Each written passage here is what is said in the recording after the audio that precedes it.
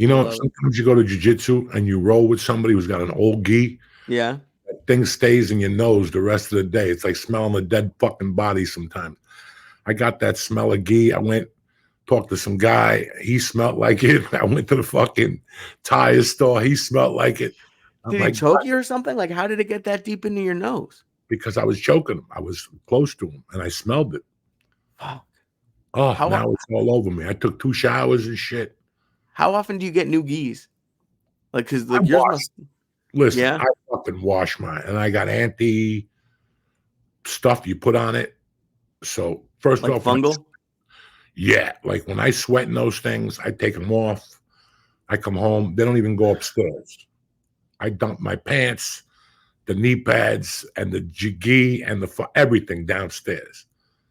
And then I take a shower and I come down, and then I wash the gi and I put softener, a little bit of bleach, fucking washing whatever you throw in there to wash it with the pellet. And then I put another compartment for an anti like fucking deodorant that you put on your gi and it's fucking brand new. Have you ever rolled with somebody who like clearly has like a stink, like they didn't wash it, or maybe they did a class before your class? Like, what is that Well, like? that's why I stay away from all early classes. Like if you join any group class and they go, well, you got to be at 8. Well, get ready to smell bad breath and fucking, because people go in there right off the bed. They don't brush their teeth. So you're trying to choke them and they're breathing on you and shit. So any exercise program you consider, if it's a 7, 6, 8 a.m., bring fucking Listerine to put in your nose. Because some people fucking like just wake up in the mornings and go straight there. When you sweat, let's say you go play basketball, right, at 7:30 at night. You Right. get home at 8. You take a shower. You ever notice sometimes that when you wake up or a couple hours later, something's not right, like your body smells because your body releases shit after you take that shower. It's like I'll take a shower sometimes at 8, I'll take a shower at 1, and at 4, I got to take a shower. Like, I'm like, why am I greasy? It's that after fucking sweat that comes on your system. And I thought I was crazy. Cause you ever like, like you're trying to like you getting ready for a show or something, like, God, my balls stink. And then you take a shower and then they still smell. Like, I thought I was crazy. Oh, I have like the uncleanable asshole. I could wash it, lemon it, fucking, and then I stick a finger in it, it still smells like fucking Newark.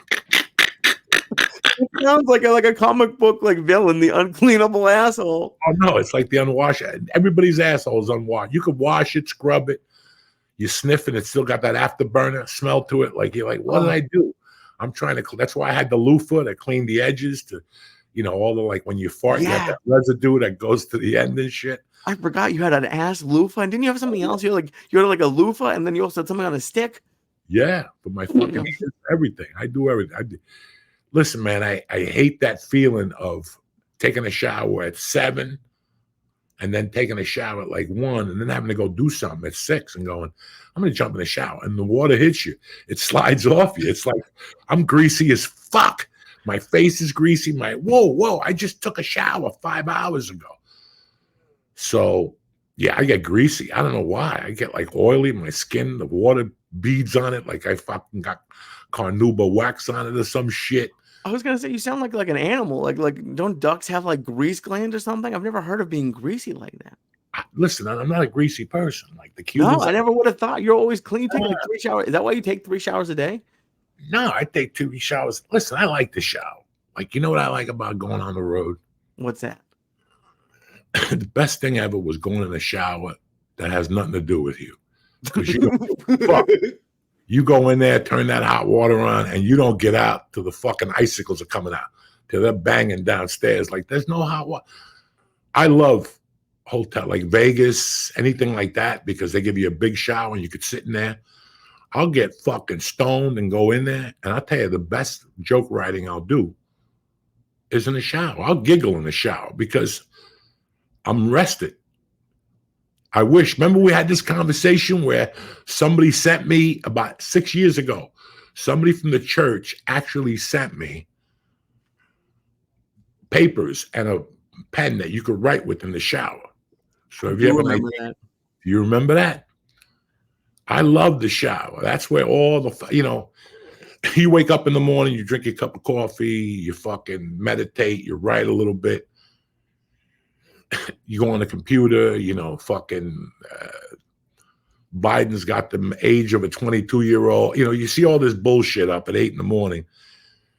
And as you go into the shower, you kind of like drag it with you. Not stupid, but just like what's going on today. I got to go here.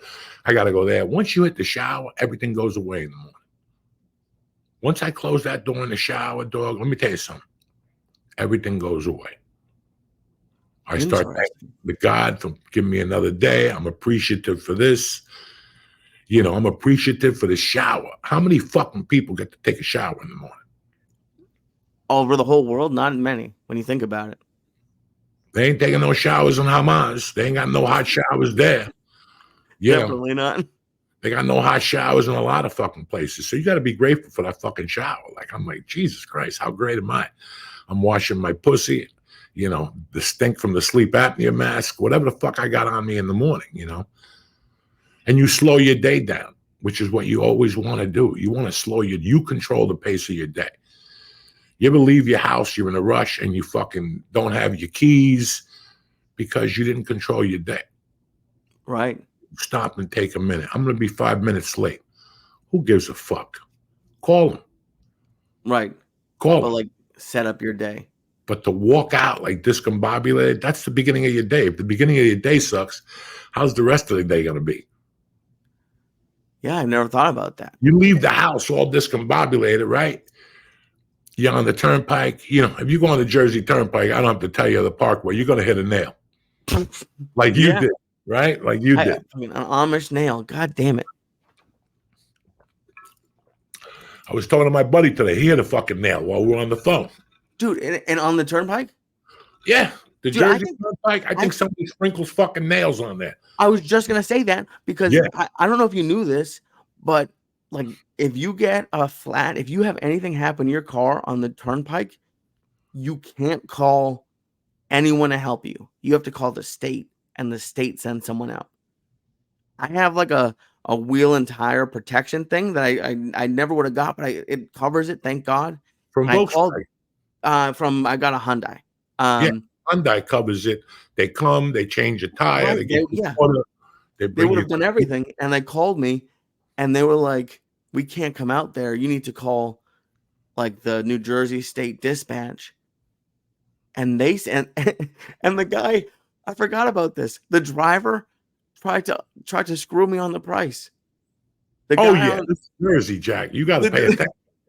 The dispatcher told me it was going to be like 85, and then he's like, "All right." So I called, and he said it'll be 85.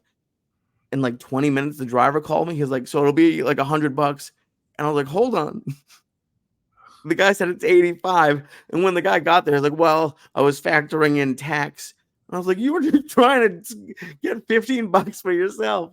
No, this is New Jersey. It never ends. It never fucking ends. That's why I avoid the turnpike. I fucking I've never. It's so weird how for years I started my day wrong, and I used to fucking be mad. Like, why do I leave the house angry in the morning? Mm-hmm. You haven't even gone into the day yet. You leave the house angry, you are gonna stab somebody by 4:30. At the train stop and then I don't know. It just I for a while, like I was in not prison, but what's that shit? Like when I worked in Snowman, well, even in prison, you see people in the morning how they rush. Oh yeah. When you have a family, like a family of 6, and you got one bathroom, I seen those families go at it because you got to get in there. By the time you leave, you're fucking wiped out. You've been arguing with your family all morning. You've been pushing motherfuckers and taking a shower with cold water, and your socks are missing. So by the time you get out there, you're a fucking animal. Oh yeah. And I think even more like for people who are like single or younger people, like they set their alarm usually until like the very last second. Like when I was working in LA and I had to drive down to West LA every morning, I would set it until like the last second I had of sleep, I wouldn't eat breakfast. I would jump in the shower and leave. Oh, I see what you're saying. Yeah. That's And, when like, you're young and stupid. You set it to fucking, you got to be at work at 9. It takes 20 minutes. You get up at 8:30 like you fucking own the place. right. You put the monkey spit on your hair and you shoot the work. I get it. I was there, you know. And as you get older, like, it's so funny how you work for work first. Mm-hmm. Then you start working for a career. And you tighten up your shit. You try to get professional. You try to get on time, you know. It's such a fucking hard life, like how you evolve, you know, how you started. Like, I don't give a fuck when I get there. Fuck that dude, you know.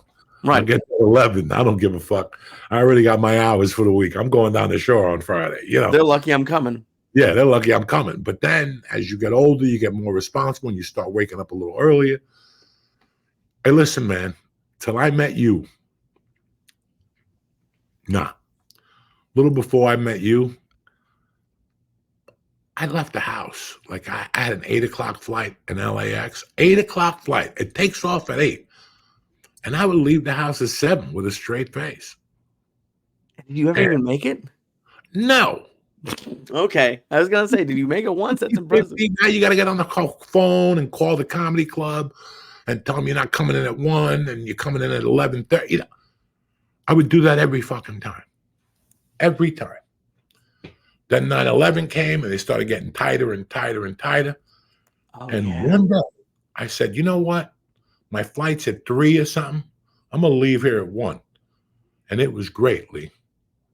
It was one of the best things I ever did. I got there early. I didn't have to look at the clock. Security. You go over. There's a restaurant. You know, you go over. You bring a vapor pen with you, a computer. You got your phone. You got a book. You're prepared. Now you don't fly like an animal in comparison to running through the fucking airport, bumping into people, you know, getting on the plane. There's no overhead compartment because you were one of the last ones. Now you got to take a middle seat next to a blind guy with a dog. You know, it never fucking ends. It never fucking ends, man.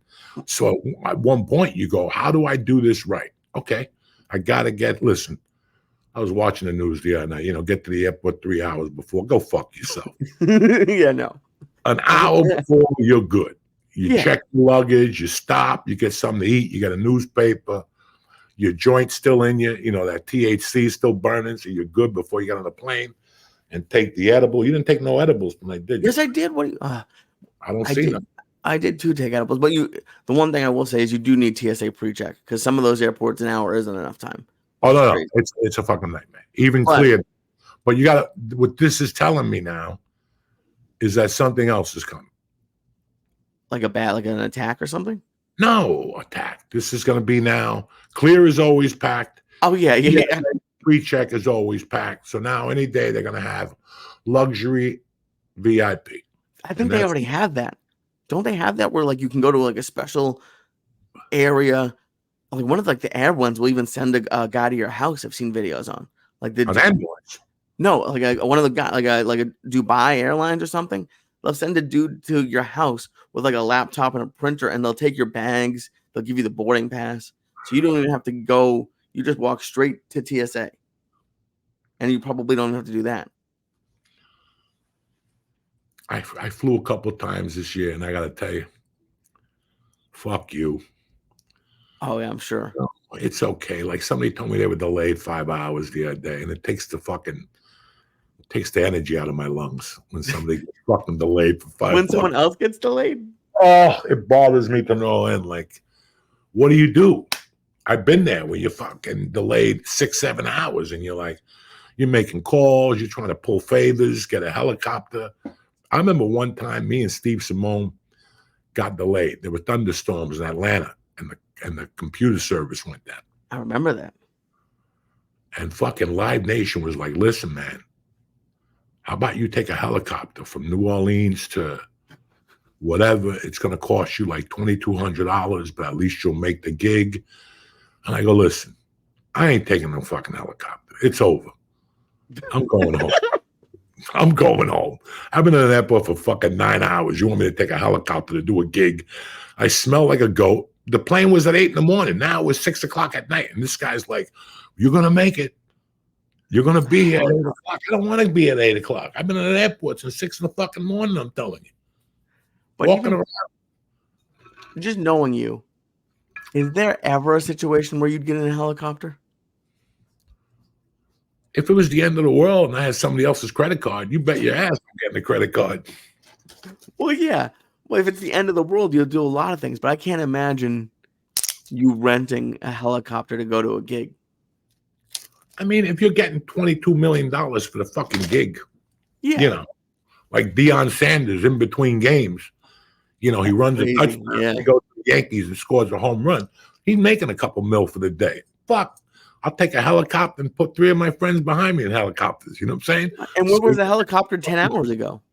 Huh? Like you might have done a helicopter 10 hours ago.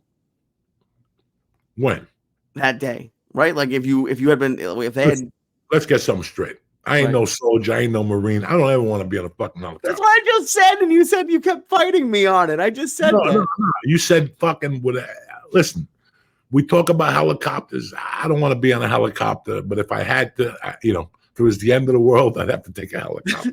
My first choice is to get up in the morning and be like James fucking Bond and go, oh, I'm going to call my helicopter. Yeah, that's what I see. Let's get this fucking thing started, will you? What's happened, you savages? It's Tuesday, the 9th of July. The check-in is brought to you by my favorite, BlueChew. Listen, it's summertime. If you're trying to get rock hard, you need BlueChew. You're like, Uncle Joey, what's BlueChew? It's an online service that sends ED meds straight to your door. This is like sending Cupid to your house. You know what I'm saying? The ED meds, they got the same active ingredients as Viagra, Cialis, and Levitra, but at a fraction of the price, and it'll get the job done. You sign up at BlueChew.com, you talk with one of their licensed medical providers, and if you're approved, you'll get a prescription within days, no drama at all. No wandering over to Mini Mart and taking those things from a different country. You know, sketchy ED pills. BlueChew makes sure you're prepared. Me, I love BlueChew. I'm 61. I got one from the grave, one a banana peel, but you still got to get down from time to time. And when you do, you can carry a BlueChew in your pocket. Nobody knows nothing. You pop it. It tastes great. And within 10 minutes, you're doing your thing. You're flipping over. You're picking up legs. It's like a fucking paradise come true. You're hearing birds. Listen, when you take a BlueChew, you don't even know what's going to happen the last hour. It's like a fantasy. So do yourself a favor. BlueChew wants to have you have better sex. And you know what the good thing is about BlueChew? You can take them anytime, day or night. You get up in the morning, you want to salute the flag, boom! You drop a BlueChew and you're ready to go. Sorry about that one. Discover your options at BlueChew.com. Now, it's Tuesday. I got a special deal for the check-in listeners. Try BlueChew for free when you're pressing code Joey, Joey, at checkout. That's easy. Just pay $5 for shipping. For $5 for shipping, BlueChew's going to send you a little promo pack, and you're going to see how nice it is to live like a doctor. That's BlueChew.com, promo code Joey to receive your first month free. Visit BlueChew.com for more details and important safety information. You don't eat like 15 of them, and your eye pops out. You don't need that. And I want to thank BlueChew for sponsoring the podcast. So without further ado, let's get the check-in started. Turn off your TVs, run for your lives. It's over. They didn't put you on this planet just to give up. If Uncle Joey could do it, I can rule the world. That's what you got to be thinking. Welcome back to church!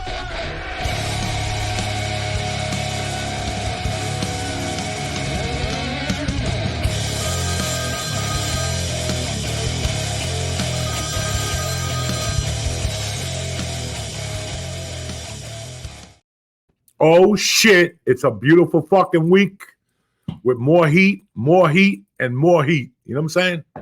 I'm happy to see you, buddy. How you doing? You know me, dog. Tip-top Magoo, always tiptoeing through the tulips, as they say. Oh, yeah? How was your 4th? You know, you've been to 1/4, you've been to them all. Did you watch that? You just sit there and wait for George Washington to show up. He never shows, and that's it. I had a quiet Fourth, Lee. Yeah. You know, I got to start considering my future because I had all these plans for fucking 4th of July. I swear to God, I had 92 plans. And that night, I ended up getting up like at 4:30. I just got up in the middle of the night. I couldn't sleep. No anger, no anxiety. Just got up. Came down, watched some TV, smoked a few fucking bong hits. I was fizzizzled. I fucking had some oatmeal. I made that portable oatmeal, you know, that high protein, tastes like ass. Right. Tastes terrible oatmeal. This shit out of a package. I'll never do it again. I thought it was supposed to be healthy. I was twitching for like fucking 2 days after that oatmeal. So I went back to bed and I got up fucking 11:30. And I was like, damn, there goes the Yankee game. Right. I took a shower and I went outside and I'm like, you know what? Fuck that Yankee game. It was hot on the 4th and it was hot here. And then I went to my neighbor's house, who are great people. Had a great time with the Pumas. And it got to the point where it was so hot, it was uncomfortable to eat. Like you're outside constantly. I had to go in and get a little play with the dog and get cold. And I come out again and see them and I go in. I finally just came home and fucking stayed here. I don't blame you. It's too hot. I was talking to somebody who in New York who grew up in a house for 30 years with no AC. How do you live in a house? Can you imagine that? Like that's what that's like a torture chamber for me. Well, man, you know, one of my vivid memories as a child, like I still think about this, and when I go to bed at night, I think about this, was when I used to stay at 148th Street at my godmother's house. And at night, I would call for the Cedeños. Like they would go, if you get out of the house at 8, I was like 6, 7, you know, and they lived across the street. It was right across the street. I didn't have to. And you just had it. And they lived on the 4th floor of a 5-story building on 148th and Broadway, across the street from my godmother's. But I still remember going up there and they had like 9 kids and they were all sleeping on the floor with white sheets, and there'd probably be 4 blankets, 4 fans going, like, you know, medium fans, like jungle fans from Kmart. Those little box fans, you know, like that. Oh, yeah, I love those box fans. Fan that'd be going back and forth. None of the fans matched, you know. Father had 9 kids, you know. But I still remember going back to my house, my apartment, my godmother's, and she had air conditioning. Oh. Then going to 205 West 88th Street, my mother didn't move without air conditioning. So I got to learn that. I got to see these people. But then there was a lot of times when I lived in North Bergen, I didn't have air. Really? You know, and you live underneath, like you live like in a basement apartment. That's great. It stays a little cool. But you get a fan at night. At night, you're up. There's a week in... When I was growing up, there was always a week in July or August that you just didn't sleep. It was too hot to sleep. Oh, I've had AC break, and I get it if you're broke, because trust me, there's people that AC is expensive. I just got one. But this girl, the thing that got me about it, her family has a house with a pool.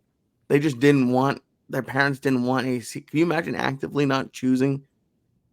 I've been to a lot of homes where people would say to you, we don't need AC. We just open up the windows in the summertime and it's cool. And you're there at 8 o'clock and you're like, fuck you. This is not comfortable at all in July. You know, but there's people who enjoy that. I grew up with, you know, air conditioners in the window. Yeah, me too. In LA, you don't even have heat in your apartment. There's those 2 months in November, December, you freeze. There's no fucking heat. Nobody ever talks about there's no heat in LA.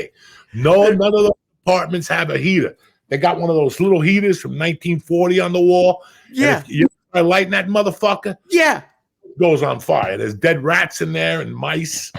For everyone who doesn't know, it blew my mind when I got to LA. Blew your fucking mind. There's no heat in LA, guys. So if you move to LA in the winter, like November, December, you freeze in a fucking old school apartment. Hollywood, Studio City, you fucking freeze, man. They haven't updated anything since, I think you're right, like the 40s or 50s. And it's just like this, it's like basically like a metal toaster on the side of your wall with that in a house that probably has asbestos in it. And there's a little flame. It's like a wall furnace. It's not even electric. There's like a little gas flame. And I'm a kid from the suburbs of Boston, and I had to light this thing. And it wasn't like you could set it to a temperature. It's not like, oh, I would like it 73 in here. It's either off or 1,000, and only in one spot. Like it was like that was crazy. Oh, Listen, one of my best friends, still, I just spoke to her Saturday. I was at a barbecue. She called me to ask me a question. She still lives on Schrader in oh Hollywood. wow, okay, yeah. That fucking building hasn't had air since 1928. Oh, And she leaves the window. She lives upstairs. She leaves the windows open. You know, she puts the fan on. She finally broke down and bought something for the apartment. But she's got no fucking heat, and she definitely got no air conditioning. All those places were built in the 40s, guys. That's what a lot of people don't understand, like the 40s and 30s. Burbank, you got no. Do you remember when we started the podcast, the apartment I lived at, Compton? yeah, of course. We had Mercy's office. Okay. That one had a thing in the hallway. And at a window unit. No, it had one on the wall. Like this. Oh, the heater. Okay, got it. I'll never forget going under there with a fucking lighter with the thing. Dog, I almost blew up the fucking house. I saw that gas go. Woof. I was like, enough. It looks like you're putting on a robe, Terry Clark. Isn't that the scariest thing in your life? Oh, and then when we lived in Hollywood, that building is even older. Wow. I still remember leaving Hollywood and going to that neighborhood with my wife and looking at the building, and that building is about to tip over. Next to the Gay and Lesbian Center on fucking Gardner there. Doesn't the one of the guys from the I don't want to say his name and tell you where Yeah, he lives, but yeah, that's crazy. That's Okay, my old apartment. I paid $700. He's paying $2,100. Who's the smart one? Why? It's still rent control, but yeah. So, anyways, about that apartment. Yeah, you can hear when there was an earthquake, you can hear the bricks grinding. Like, shh. It was fucking scary. So we're there and we're dying of, it's November. We're fucking dying one night. And we actually went. Like, we're like, what the fuck is this compartment there? Like, Terry had lived there for 4 years, and this thing stuck out the floor. So we ripped the carpet, and I went in there and ripped it. Oh, my God. It was like a heater that you had to, like, fucking play the organ. You had to have like, a little organ grinder. This building, who knows how old this fucking building was? It was ratted out. When I took the thing, there was a dead rat in there, like the skeleton that came up with the fucking heater. We had to carry it downstairs, me and Terry. We had to fill in the fucking hole in the ground. It's really insane when you move to Hollywood and you move into some of those apartments and go, okay, I'm in Hollywood. Things are looking really bright. I would have loved to have known how old that rat skeleton was, because that wasn't like a new rat. That was like 50s rat. There was no hair on it. It was just a fucking skeleton. I'll never forget. There was a comic I was friends with in Seattle. Good dude. I ain't gonna drop his name and shit because he might get his feelings hurt. Okay. When I first got to LA, I was having problems with this girl. And I'm like, I gotta get my own apartment. Well, you put the word on the street and people reached out like, I got a great apartment. And I went out to his apartment. His apartment was like fucking all the way out there in Hollywood, like where the Western. He lived in those neighborhoods down there. Right? Okay. And, I'm desperate. I got he's like, listen, you can move with $200. And I'll never forget walking up the stairs and smelling fucking foods from other countries and shit. Like, it's hot. And now you're walking in the building and you smell like every level had like Russian, Salvadorian, Hindu. And as I got to the 4th floor, like the Bruce Lee floor, I was like, this is a good floor. This ain't gonna fucking happen. Oh, and I'm taking my $200 and going, my brother, I'll take. And I started living in the hotel. That's better, dude. There's some. Nah, that hotel was not better at that time. Oh, maybe not. But this was 98. And here's what's crazy. Okay. 4 years later, I ended up moving there. To that building? Street from that hotel. Yeah, with Terry. That's where we got the apartment. Okay, but not the building with the floors and. I thought you were saying you moved back into the building. That was the building we lived in. Oh, wow. Okay. Across the street from that was what happens when people come from other countries, like students, and they travel? It was a hostel, and they did comedy there. Remember? Yeah. They used to do I comedy remember hearing about it. I don't think they do it. Wednesday nights and all that shit. But before that was a hostel. That was a weekly hotel. You were allowed to stay for 19 nights in a row. And then you had to move to the other hotel and then come back 19 days later. I just went on the road and then would come back and stay there. Right. The other hotel was far. I didn't like it. It was dark as shit. A lot of creepy people. It was up on the way to the 101 on Cahuenga. I don't want to stay up there by Cahuenga. Right. This was in Hollywood, right off Sunset Strip. I don't know what it was a week. I just said, fuck it. I broke down, the bathrooms at the end of the hall. Everybody got fungus on their feet. People are drinking. People are doing drugs. People are yelling. I used to just go home at night, close the door, and fucking write jokes and finish my Coke. I had to put like double locks on the door. Like you have to lock the door and then put like a chair against it. And you would stay there for 19 nights, and I can't like the fact that you were scared because I don't know, you were a tough guy. Like me, I could see myself putting a. Well, people were yelling all night. It was like being in prison. You hear people yelling, it's fucking. When is somebody gonna knock out my door with a knife? Oh, I wasn't scared of like the cry. It was Hollywood. It was, before you moved to Hollywood when? 2011. All right. When I moved to Hollywood in 97, if you walked on Hollywood Boulevard, it was a fucking dump. Oh, I'm sure. I never even lived in Hollywood. I lived in the Valley only because, It was a fucking dump. I'll never forget, like, having a few dollars in my pocket and staying at that creepy hotel, waking up on a Monday morning, hungover to the gills. I was at the store the night before. I still got Coke in my nose. I'm fucking walking on Hollywood Boulevard. And what I would see on Hollywood Boulevard would go, how do people come here? Right. I'm not fucking coming here. These people need fucking help. Why would you pay to come to put flowers on? It was people were pissing on them and shit at that time. I'm not kidding you. But the fucking the thing that took the cake was they were on the corner there.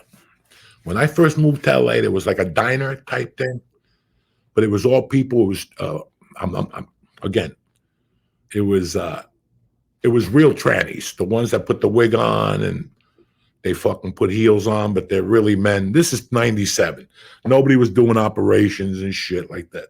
No. And we're not going to call it the other thing because it wasn't. This was Crack Ho Central. Thursday nights, they did comedy and singing and poetry. And one of my friends from acting class was doing a set, and she begged me, please, please, please. It's like a 7:00 set. Oh my God, what I saw in there.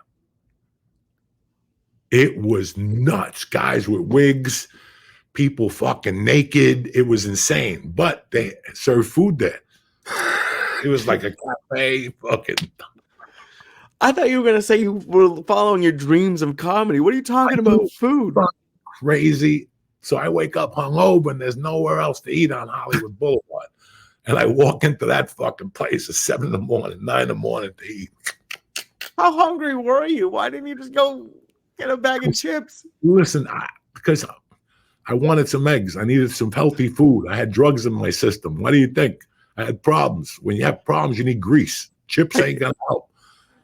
So I walked into this place and I got like 2 eggs, the whole fucking schmear, bacon. Dog, when they brought the bacon back, they brought it on one dish, like to be nice, like they put 3 slices on one dish. Right. It was on a bed of grease. Remember when my cousin Vinny, when they gave the grits? Holy the eggs shit. were fucking, they smelled terrible, the eggs. I remember paying like the $10, $12, getting up and telling that tranny chef to go fuck himself. Oh, even the chef was a tranny? Not a tranny like today, but the wig with Right. the fucking heels and the Adam's apple, and they'd sing songs and shit. I'm surprised they were even open. What's that? I'm surprised. Why are they open at 7 in the morning for breakfast? Like, what is who's even in there? Like, were they surprised you came in? Other people in there. What were they eating? dick. I don't fucking know. They would just, How do you have any balls to say anything about the food I ever ate? What do you? Well, it's not like I sat there and ate it and then went back 2 days later. You filthy fucking I animal. don't know, maybe you did. I don't know. You Tasted. I looked at that bacon. It smelled like fucking dog. It was like the Mike Vick Luck special or some shit. I was like, I ain't eating this. Anyway, I want to talk to you guys about BetterHelp. I'll be right back. Hey, I took a little break from the episode. We were cracking jokes and whatnot. I want to talk to you about BetterHelp. It's easy to feel jealous of other people's lives, especially when they're showing off new houses, flashy cars, boats, going to trips. Listen, don't worry about that stuff. Therapy will help you focus on what you want out of your life instead of what everybody else is doing. BetterHelp is amazing. They're 100% online therapy, so you can schedule sessions whenever works for you. It's easy to fit into your daily life also. You could talk to a therapist by phone, message, or video call, whatever you feel most comfortable with. Listen, I had some issues. I spoke to BetterHelp. 6-7 months later, they gave me some exercises to learn how to cope, and here I am, tip-top Magoo. And it's easy. You fill out a quick questionnaire to get matched with a licensed therapist, and you'll be on your way to a happier life. You'll hear birds, and pigeons, and blue skies. Stop comparing yourself and start focusing on you with BetterHelp. Visit BetterHelp.com/Diaz. I want you to enter that code, DIAZ, and I'm going to get you 10% off your first month. That's BetterHelp, HELP.com/Diaz. Hey, this episode is brought to you by BetterHelp. Try them out. Try them out. If you're stuck, you know what? You never know what BetterHelp could do for you. They help me, and I know they can help you. So now back to the show. Yeah, We're back. We're back, Jack. Just remember, see, once I went to that diner, I always remembered that diner. And when I signed up with BetterHelp 3 years ago, I brought that diner up. So that's why once I spoke about that diner in LA, I had to bring up What did you BetterHelp. tell? Why did you? I mean, I don't want to cross any boundaries, but why were you talking about a diner in therapy? Because it still drove me crazy. That bacon, those 3 slices of bacon on a dish of grease, Lee. If they would have put paper on it, like it would have looked a little better. I mean, it was just, and I'm not kidding you. I'm not trying to be funny. It was unedible. Hollywood Boulevard was not good, Lee. In 97, then they rebuilt. They started, and by 2003, it was fucking. I remember that I had a club right down the block from my house walking. That's what they did the longest yard party. When I got the invite to that, I'm like, no. I don't have to. They were like, we'll send the car for you. What, for 40 yards? That's crazy. Yeah. I still would have taken the car. No, it was up the corner. And then the reason we moved is because we were surrounded with clubs. Hollywood had become something completely fucking different. Completely different than when we got there. It was a dump when I got there. By 2005, 6, 7, at least it looked okay compared to the people you used to see walking around there at night. They were groovy fucking ghoulies, man. It was not good. I'm telling you. It was not fucking good, man. I think those were the people that got pushed up to the valley or something. Is that what they did? No, those people just got killed. Those groovy ghoulies, somebody just bust them to fucking Vegas to a fucking Molly party where everybody dies. I don't fucking know. It was not good. But then all that got cleaned up, and then the homeless came. And so they weren't even homeless? No, not like they were when we left. No. Oh, okay. But what were the creepy ghoulies? Just people who hung out on Hollywood Boulevard, man. Like, oh shit! I thought they were homeless people. When I first moved to LA, I lived in. Me and Dad got an apartment. We lived in Hollywood by La Brea. Okay. La Brea and Hollywood, those apartment buildings there. There's like 3 or 4 of them as you're going up towards the Comedy Store. We lived there. So we would walk to Hollywood at night. And there was at that time, there was like an ice cream shop in the corner. It was still kind of nice, But when you got into the middle, McDonald's, the fucking anti-wax museum. Who goes to a wax museum unless you're fucking creeped out? You ever go down there like the Chinese people taking picture of a wax? You're taking a picture with Charles Manson. He's in wax. What is that, like Madame Tussauds or something? Yeah, Madame Tussauds. All those creepy people. Who's gonna hang out with? They sit there next to the wax. Then you had the superheroes down there, the Spider-Mans, and they were beating each other up. They were all on meth. You never seen a documentary about that shit? I have, dude. I've seen that. And then my favorite is a picture of he looked like and he probably a very nice gentleman, but he was like 45, like a Mexican dude, and he was wearing like a Minnie Mouse costume, and he was just this might have been in New York, but he was wearing a Minnie Mouse, had the head off, smoking a cigarette, and it was fucking Minnie Mouse, but he's like a 45-year-old Mexican dude. And a bunch of kids were seeing him, and they started crying. Oh, That's what happened. Some fucking kid in LA was smoking in like a Batman suit or some shit. Some guy was shooting heroin or playing the piano, and some kid started crying. And listen, that document I've seen it was like called like the Superman of Hollywood or something. I've seen it. Yeah, it was something crazy. That's the crazy part about LA is the dude dressing up to take pictures on Hollywood Boulevard for tips. In his mind, is a star, like a superstar. Well, let's get back to basics here, okay? I don't know if you remember this. I used to buy Coke from the Martel cartel, right? And I loved it. Now, when I started hanging out with the Martel cartel, it was a white dude and two black dudes. Okay. Then they got robbed at gunpoint, right on Martel. And that's how I became friends with them. I go, what kind of drug dealers don't have a gun? And they're like, well, we never thought of it. You never thought of it. I had a gun hidden over where Ralphie lived. And I brought it to them. I go, it's yours. I don't want no money for it. Just give me like a gram of Coke. They're like, is it clean? Who cares? Just hide it. I don't know if somebody got shot with it. Don't worry where I got it from. So just hide it. Were they like, it sounds like they were like very nerdy. Were they nerds? No. These guys were from Oakland. Two of them were from Oakland, but they didn't know that they were going to get robbed with guns. And I asked them, you don't have a gun? Fuck. Then they bought out the white dude or they beat him up. I don't know what happened to him, right? Yeah, bought him out. And then the big black dude left. He hooked up with a chick and left.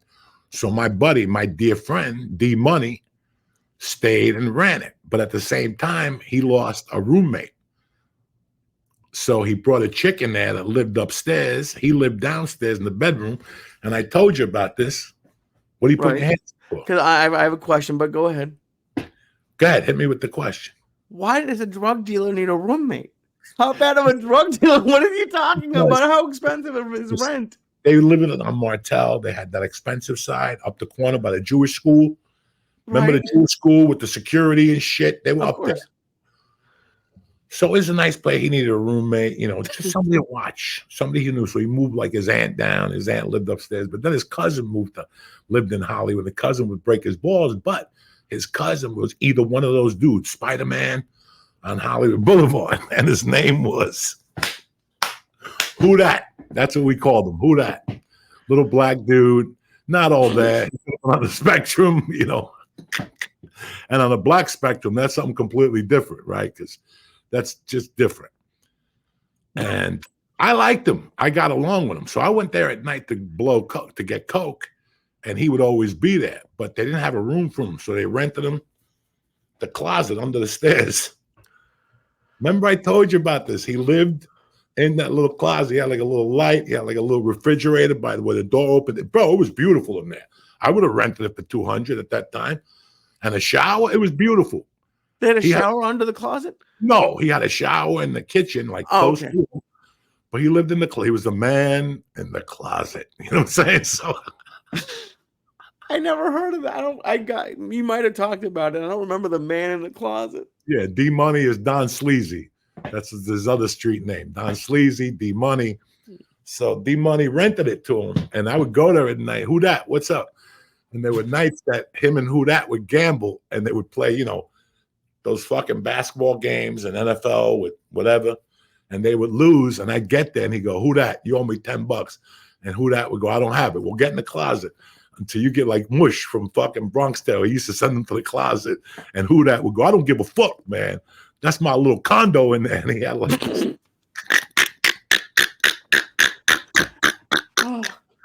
He's like Harry Potter of the drug dealer world. I've never heard of this thing. And I don't want to put it out there, But like, did he retire or is it still going on? Well, I don't know who that is. Who that's in the Spider-Man Hall of Fame. My buddy is still in LA. He slings part-time. He drives an Uber. He's mature now. He's got a little clientele. He's always made great money, you know. Good guy. I miss him a lot. You know, after I stopped doing blow, I was still great friends with him because I loved him and he loved me. That dude still calls me.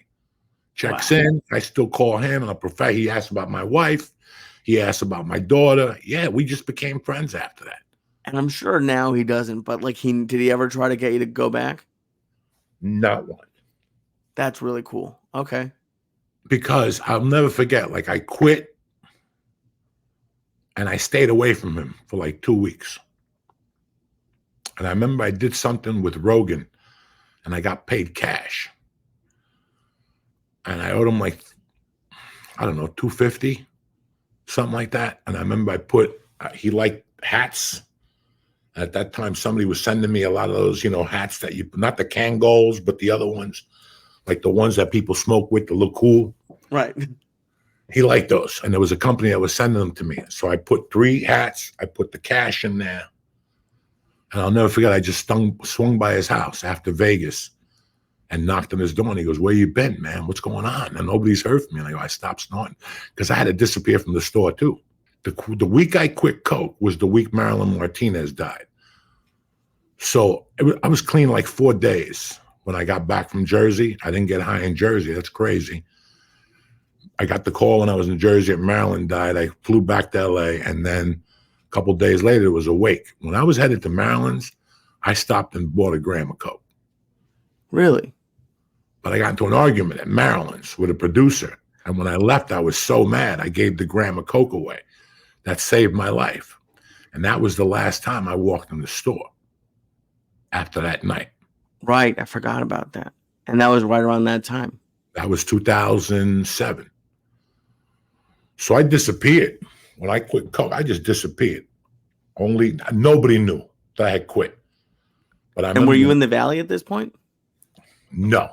Okay. I was still in Hollywood. And I remember I did New Year's with Joe. Okay. And then the first week of January, we always did Cobb's. Okay. He was on Fear Factor. I think, like when he was on Fear Factor, we'd always do Cobb's the first week of January. Right. And I remember this year, and by that point, I had been clean 3.5 weeks, the whole month of December, and 2 weeks in January. I was like, when is this going to end? Because I made it through Christmas. I made it through New Year's. I think I stayed in for New Year's that year. Like I had to. Yeah. Just so you wouldn't be tempted? Yeah, I just had to. And the rest is history. That was 17 fucking years ago this November. That's fucking so crazy. That's awesome. Insane, man. Do you have anything planned for 20? Have you thought about that? Yeah, I'm going to go to Mexico and snort some coke. No, nothing. It's forgotten. It's something that happened and I moved on from it. That was it. Like the many other things I've just looked at and said, you know what? I'm not doing it no more. And I just moved away and that's it. Sometimes it's better to quit when you're ahead and quitting is 2 different things, right? Oh, well, yeah. No one's going to look down on you for quitting coke. Yeah. You're like I do. Oh, but like you don't really like you talk about it, but it's not really like. Do you ever think about like how crazy it is? Like you stayed sober, not crazy, but it's impressive that you stayed sober this long, or anything like that, or just you couldn't even think about doing it now because of the promises I made. I can't go back to it. You know, I can't. I know that the first time it'd be in my possession. You know, like even when I used to get it dropped off at the office for certain friends of ours, I never touched it. I'd make them put it behind the frame. Oh, you wouldn't even physically touch the bag? Mm-mm. Okay. Mm-mm. Wouldn't touch it. Leave it there. I'll pay for it. I'll pay for it. It's not for me. Yeah. It's fucking crazy, man. That's really awesome. Because I can imagine like when did you stop having like urges? Like how long did it take for that to leave? I don't know. I don't remember, but there's something about closing one door and opening up another sometimes. Like there's just something about that. And while it's happening, you feel it. It's like Sheryl Crow once said, don't quit or something until the magic happens or something like that. Everybody quits before the magic happens or something like that. Right. And it was just when you're going through something like that, like we were talking about stand-up this morning, you and I. Yes. And a situation in your life when all the stars align and there's a green light and the universe says, Joey, this looks like this must be it. Right. I can't imagine. I mean, I wanted to have this feeling as an adult, making a mistake, a big mistake, and then I did when I was 24, which is however old I was, which is a college age, and I look at college students, their father's an architect, something always points you to do what your father did or your family members. That's not the case anymore.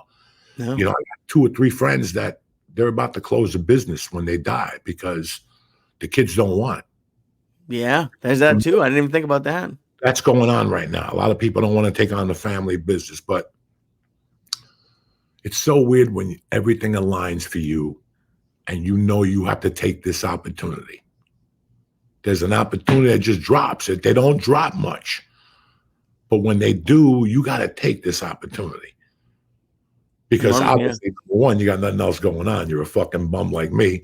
These opportunities don't come out like this. They just don't. And when I saw the opportunity to get away from that whole life, like just waking up thinking about coke, I still remember like the first month feeling really good about focusing on stand-up.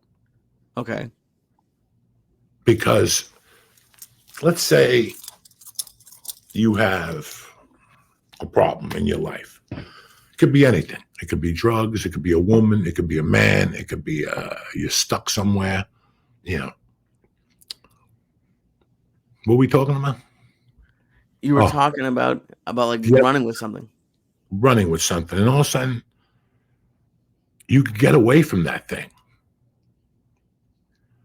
Because at first, that thing becomes like a part of your normal life, right? You're like, this is the way life should be. I got to feel like this every day. And then one day you go, no, I don't.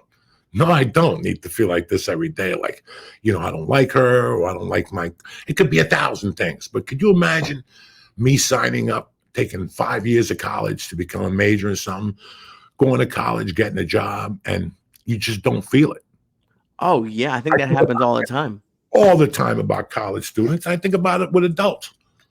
I mean, yeah, it happened. Look at me. I'm not doing editing, but even then, imagine spending, I went to art school. It was kind of expensive, but imagine if you were like a lawyer or a doctor, and at the end of that, you're like, oh, shit, I don't like this, but my parents are $300,000 in the hole now. Here's what I'm saying to you, but when you're doing like right now, the position you're in with stand-up, you got a day job. You do some great places with Josh. You do some mediocre places on your own. And you're always open and micing it. And you're always hustling at night, right? That's the fucking plan. This is what you want to do. There's an opposite, I can't imagine getting up at night to do like a fucking paper. You ever see those business meetings on TV? So give us the report, Joey. The report is the annual sales report. When I watch those things, I could just imagine being in those things and looking out the window, just looking, and everybody's with their fucking glass waters, making believe they enjoy this fucking dead water. I would just jump right out of one of those windows with that fucking suit on, and those tight shoes, and you got to be politically correct in those rooms. Think about it. When I started this journey, let's be honest, my biggest mistakes in life have been when I try to be John Mulaney, right. And that's happened in every facet of my life. You know, when I was young, I was going to be in international law. Are you fucking kidding me, you Fred Flintstone looking motherfucker? You walk into a bank in Colombia, they're going to just laugh at you. You know, like that type of shit. Like, you know, and I would go, what am I thinking? I'll just be a bum attorney. I represent DUIs and flipping falls and shit, you know.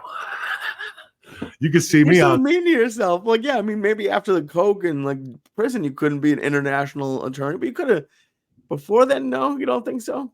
You know what those guys look like? They speak different. They smoke skinny cigarettes and shit. They got like blonde wives. I'm a bum. You know, I can't fucking do that shit. But I can't imagine. The moral of the story is going to school for 5 years and not liking it. And I was talking to you this morning from the heart. We were really going at it about comedy. Uh-huh. And I thought about my apartment in Boulder. I thought about how horrible my life was then. Like, to get up in an apartment, no air conditioner. Oh. No Well, air that was the Rocky apartment too. Yeah, no air conditioner, but there was no sunlight. The cocaine froze that apartment, like the coke in the walls and on the carpeting and shit, you know. But I still remember waking up there and like waking up with like I wake up here in the morning, I can make a protein shake. I could wait for my wife and I can make that fucking portable oatmeal in the package. I don't even know why I bought this. It just said high protein. And I remember when I went to college that if you eat oatmeal for breakfast, it goes a longer way. So what are we talking? Oh, you know, I got all these options in the morning. I got an apple, I got water, I got a fucking liquid IV if I want it. Right. When I woke up in that apartment, I had a fat tire. Oh, beer. Jesus. Beer. If I wanted water, I drank it out of a fucking faucet. Like, I didn't even have glasses in that apartment. Damn. So, okay. And why were you thinking about this apartment? Because I was fucking cooking with gas in that apartment in more ways than one, comedy-wise. Right. Never mind the drugs and the sex and all that stupidity. But what was going on there comedy-wise, I can never recreate that feeling again. When you have that enthusiasm, you're broke, you don't give a fuck. You know what I'm saying? You're going to do a spot tonight. That's all that matters. Nothing else matters. People are knocking on your door. You have the rent money? Yeah, tomorrow. Nothing else matters. You got a spot tonight. Something could happen. You're going to try out that new joke. You know, I didn't know how to put jokes together in 95. I just learned how to put a joke together when I got to the Comedy Store. Wow. Before that, I was just like, you know, whatever. But you think you were still cooking with gas? Like what do you mean by that? Then if you weren't really, I was living my dream. No matter what I was going through. I was living my dream and I was in full control of this bitch, drugs included. I had made terms with myself. I made deals with myself that I'm going to keep doing this as long as I get up on stage every night. I could keep doing this. This is my playground. But when I got home at night, I used to look at the clubs and write down the clubs I would fucking want to be at. I still remember coming home in that apartment, crying many a nightly. Many a night. You know, bombing and then going home and going like what you were saying, I don't want to make a mistake and my career's over. Listen, my career was over every night the first 10 years, okay? You know, you get some bright spots here and there, but I would go home and cry.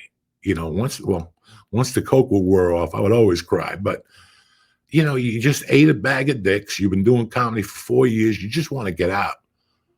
You just want to be seen, but you also want to get good, you know? And there's no, and I can imagine that, like being a fighter and getting the call, you're going to fight in the UFC October 25th. It's fucking July right now.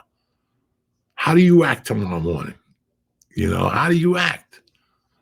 Go crazy. Well, now it's in your hands. You know, and that's what I'm trying to say. Cooking with gas, even if I was broke at that time, going through a divorce, I was still cooking with gas. I look at that and I'm so fucking happy that whatever was going on externally, it was going to go. I still had to do my shit and get on stage every night. Yeah. And like, did it help when you were going through shit that was hard? Did like going on stage when you do well, would it like make like better than therapy, better than like how did that make you feel? Listen, man, there's something about going for something when you're not good at it. Like going, there's just, I don't know. It's like becoming a carpenter the first week. You've been a helper for 5 years. Now this guy goes, you're a carpenter. You're going to build that side of the house. So you're going to put that wall up. And you start studying shit. And you start paying attention. And, just like what you're doing. Going to watch comics until you got to call the headline yourself. What a journey that was that night. I know, that was so great. And these are the things you got to write down because they're not going to be that good every day. What do you mean write them down? Like journal about it? That's something I didn't do. Write those things down. The night that you were going to go see Michael Yo. And you got to call the headline 2 hours before fucking you got in the car to go see Michael Yo. Right. Because believe it or not, you were still putting an effort in that night. Whether you were going to see Michael Yo or Joey Diaz or whoever. Tim Magoo, it didn't matter. Right. You were still going to work on your craft that night because you were going to be a part of it. You went there to get inspired, right? Right. Yeah, absolutely. Who gives a fuck? That is crazy. I need to write it. I don't. My like comedy or whatever life wise, my instinct is always to like focus on the like the negative and what I don't have. And yeah, you're right. Like a lot of good stuff has happened. I'm watching all these consumers. I'm watching all these consumers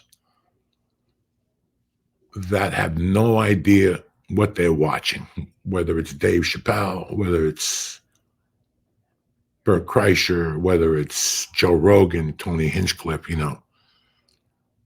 That's why on this podcast, I stress the journey. Because these people are just seeing these guys. They just pop up the way people would pop up in my life. Mm-hmm. They just pop up. And it's just really weird that this is a journey. I don't want people to watch Dave Chappelle or Joe Rogan and go, you know what? I'm doing that. Or just know how long it's going to take. They don't know. And this journey is fucking the best, one of the best journeys you'll ever take.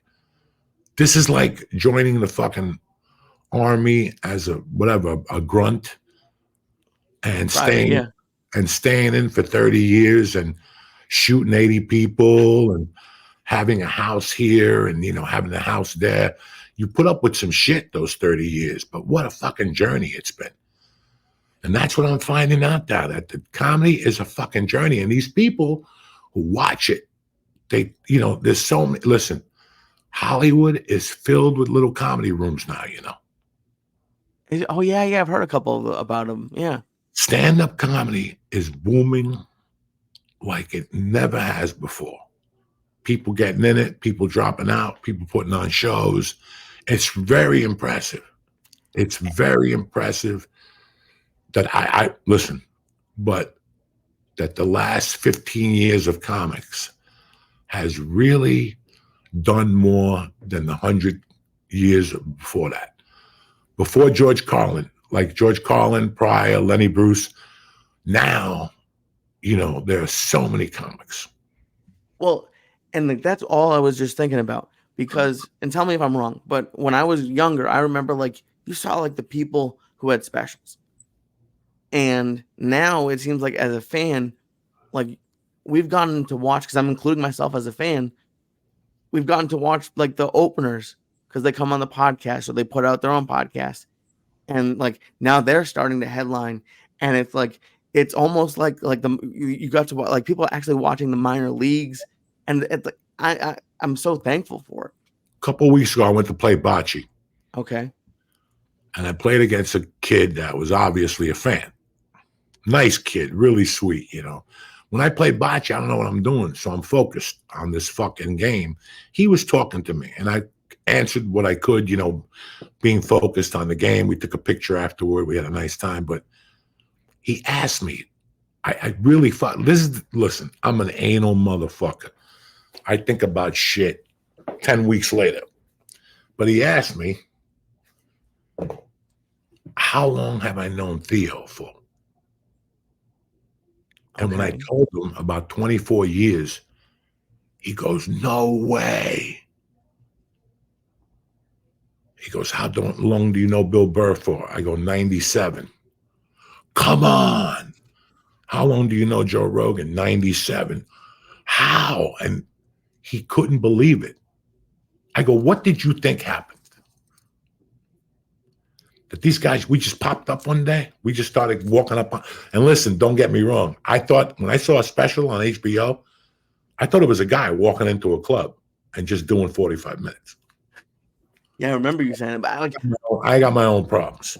I know I like, at least from my perspective, I knew it was work, but like you hear the word industry planned. The only way I really, when I was growing up, was Comedy Central. It was Comedy Central, and that was really, they didn't have Evening at the Improv, I don't think. At least I don't remember it.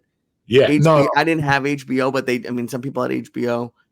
But What like, I don't understand is there's so much stand-up on the streets right now, but no stand-up on TV. And when I got into comedy in 91, guys, I know you guys like checking facts. We're going to wrap this up in a few minutes, but I still remember, I can name 5 comedy shows.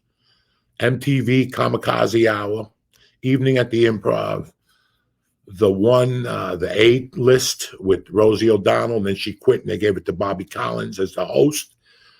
And there was another one that was Comic View. And I'm not even counting those. They were all over TV. When I got into comedy, I still remember before I got on stage, I still remember seeing Felicia Michaels live from San Francisco. On Star Search, right? No. On TV half-hour comedy hour.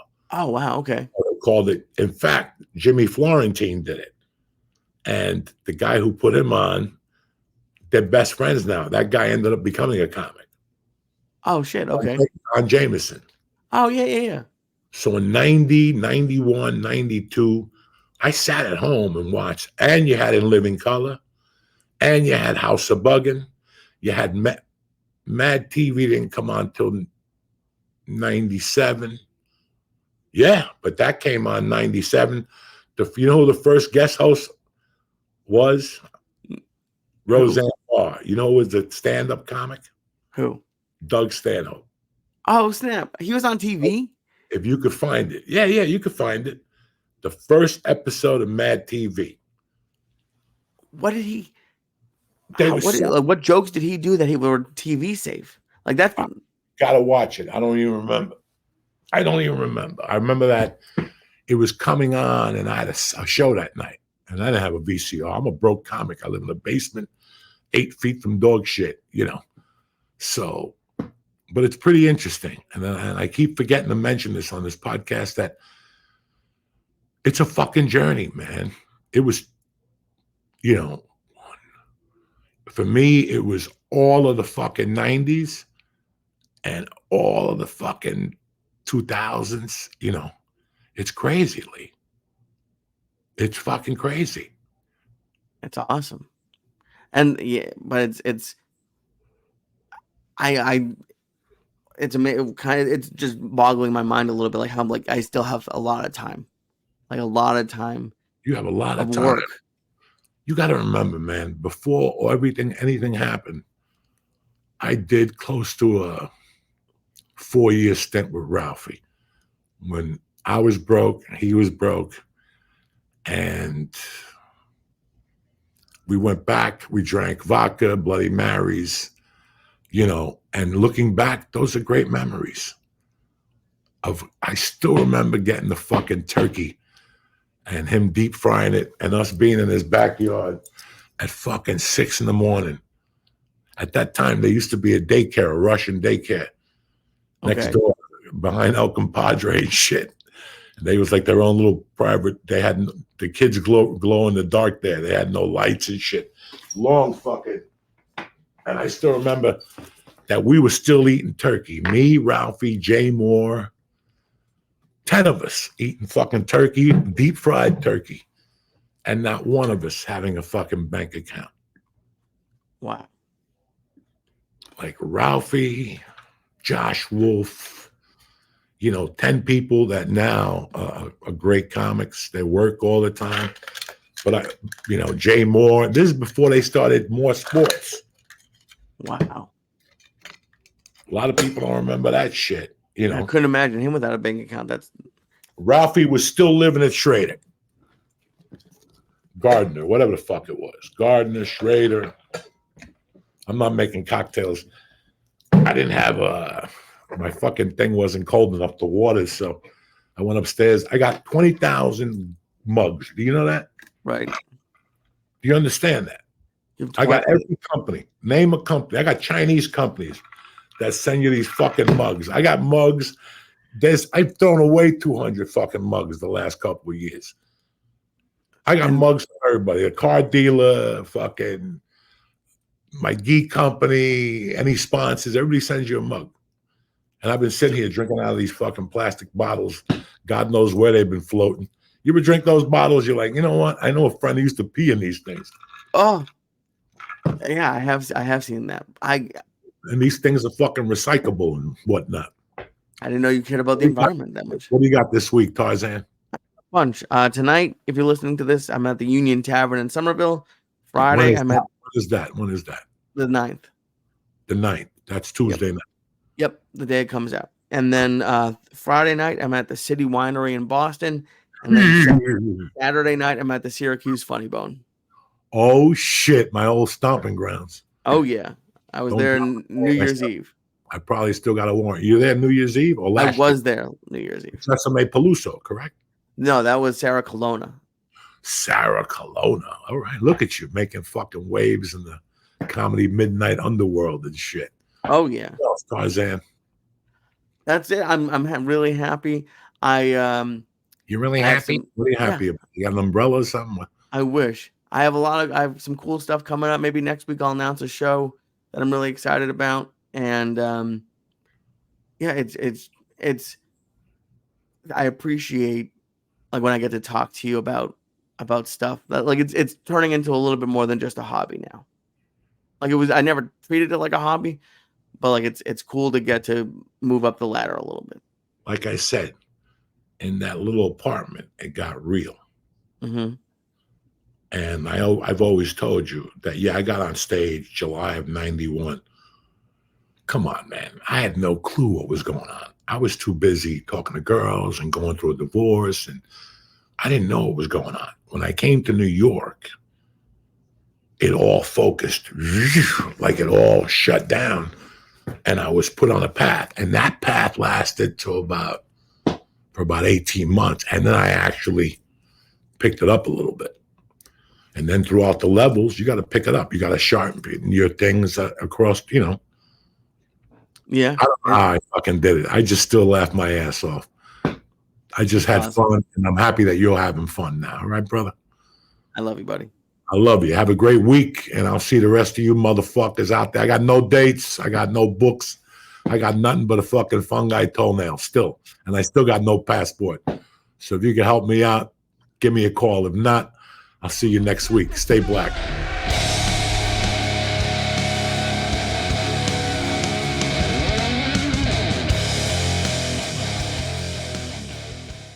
The check-in is brought to you by my favorite, BlueChew. Listen, it's summertime. If you're trying to get rock hard, you need BlueChew.